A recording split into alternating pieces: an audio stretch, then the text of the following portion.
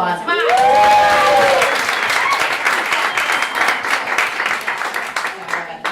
Okay, so this weekend I learned how to play chess. Whoa! Yeah. I learned how to play chess, and it gave me that childhood feeling of being called stupid over and over and over again. I played 30 hours of chess, did not win one game at all, and I don't even know if I like it or if I just don't want to be called a schmuck anymore. That's what I meant. But it made me think a lot about IQs. Do you guys know that genius is 140 and above? That's it. That's what it is. I know that because people with an IQ of 140 like to tell me that. It's like, oh, you're so smart, but you just don't know how humility works at all. I grew up with a kid who got tested for his IQ. He's like, my mom's not telling me what my IQ is because she doesn't want me to have a big head and brag about it. I'm like, well, it's too late! Fucking shithead. I don't even think people need an IQ. I feel like life will just tell you where you stand. For instance, yesterday, and this is a true story, I noticed that I had my thong on backwards.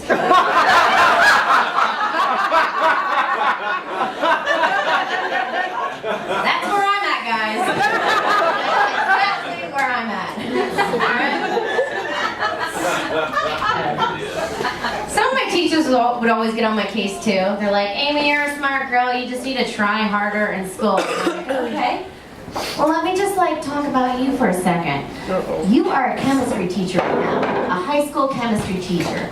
That means you had to go to college for some sort of math or science degree to be teaching me right now. And instead of getting that 100,000-year job, you ended up with a 30,000-year job. I'm pretty sure there's a DUI in your background somewhere. Okay? Let's hug it out. Let's hug it out. You're gonna be here, me too. Yeah. I don't know. You guys, I watch a lot of TV. I just binge watched all of Game of Thrones.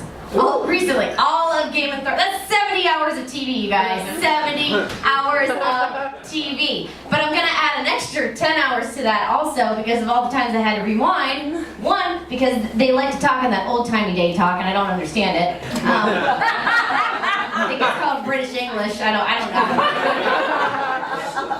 And two, they like to give important information when there's naked people on the screen. It's like, is that a dick? Boobs? Like there's so much nudity in that show. It's crazy. But the writing is amazing. And I was like, oh my gosh, this show actually makes me believe that people bought Playboy for the articles now.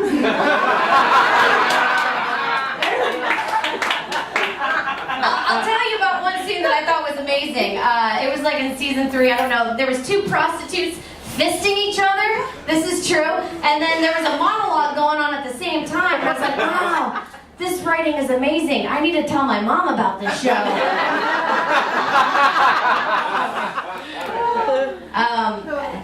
I also watched a documentary about Ric Flair. Anyone know Ric Flair? Yeah. Okay. If you do know Ric Flair, that means that you probably had a mullet and a pet lizard growing up.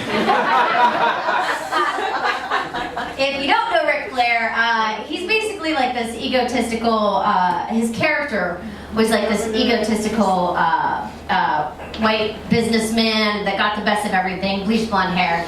And he said in this documentary that if he did it in real life, he did it, like if he did it as the character, he did it in real life. And I was like, oh my gosh, Ric Flair doesn't know the difference in what the word character means at all. Okay, but, so right away, the guy that was giving him the interview was like, well, if that's true, your character always talks about how many women you sleep with. So how many women have you slept with? And he said, honestly, about 10,000. Oh my God. 10,000! That's like the population of a small city. 10,000.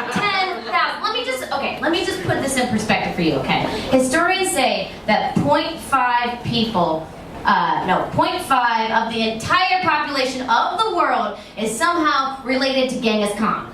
Right. Because he fucked so many people back in the day. Okay? So if that's true, what Ric Flair is saying, that means every single one of your cousins have fucked Ric Flair right now. Okay? That's exactly what it means. So I want you to play this little game with me, okay? I want you guys all to look to your left, at the person to your left, and then to look to the person to your right, and then just all admit that we've all fucked Ric Flair. I just cannot wait until people start getting their DNA tests 100 years from now, being like, wow, bleached blonde hair and this Tourette syndrome that sounds like woo! You know, the doctor's like, that's not Tourette's, that's the Ric Flair gene. That's the Ric Flair gene. You guys, I don't know what you're talking about. I'm getting older. Anyone else? Anyone else getting older? Yeah! I noticed that I'm getting older is because I'm getting more cynical in life. Like when I first moved here, I used to be in Times Square. I'm like, oh my gosh, look at all the magical horses with cops on top of them. That is so cute. And now I'm like, those horses aren't magical. They're taking away my tax dollars. Why do we have cops on horses? I'm like, doesn't that stallion cost as much as 4 Hondas? I don't get it. How bad was that rookie's driving that they were like, you know what, we're going to put you on a horse. We can't handle 700 horsepower. We're just going to get 1 horse.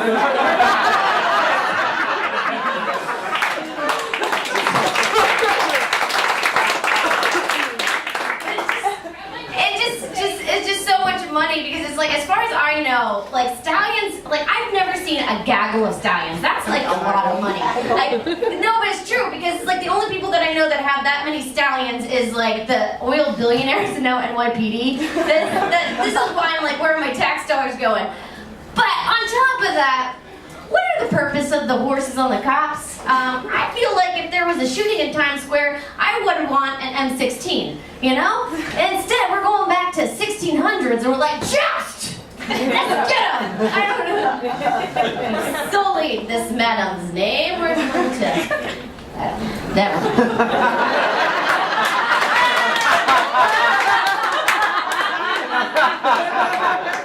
I just want to know what that report is going to sound like when there is a bomb that goes off in Times Square. It's going to say something along the lines of like, 12 people were injured from bomb debris, but 70 people were trampled to death by a 700-pound animal. I'm going to leave you guys with that, with this. I lost my cat. Thank you. Thank you, but I found my cat. Thank you. And I realized when you lose something, has anyone ever lost something and find out that you have this unique talent? For me, it was making missing cat posters. Yeah, I'm a great missing cat poster person. I was so proud of my missing cat posters that I was like, I was putting all these posters next to other missing cat posters and I was like, you're not gonna find your cat, I'm gonna find my cat. Okay? And then at the end of that, I had them in color and all this stuff and I was so proud of them. I was like, you know what, I just want someone to call me just to say, hey, I didn't find your cat, but this poster, where can we find the contact? Okay, I'm gonna leave you guys with this. I did find my cat, but there was a moment where I found out how much my cat's life was worth. Since these were crazy expensive, posters, the person at Staples was like, it's gonna cost you 92 cents to print every single one of them. And I was like, great, $20. I could have spent 40. Well, my cat was an indoor-outdoor cat, you know, the circle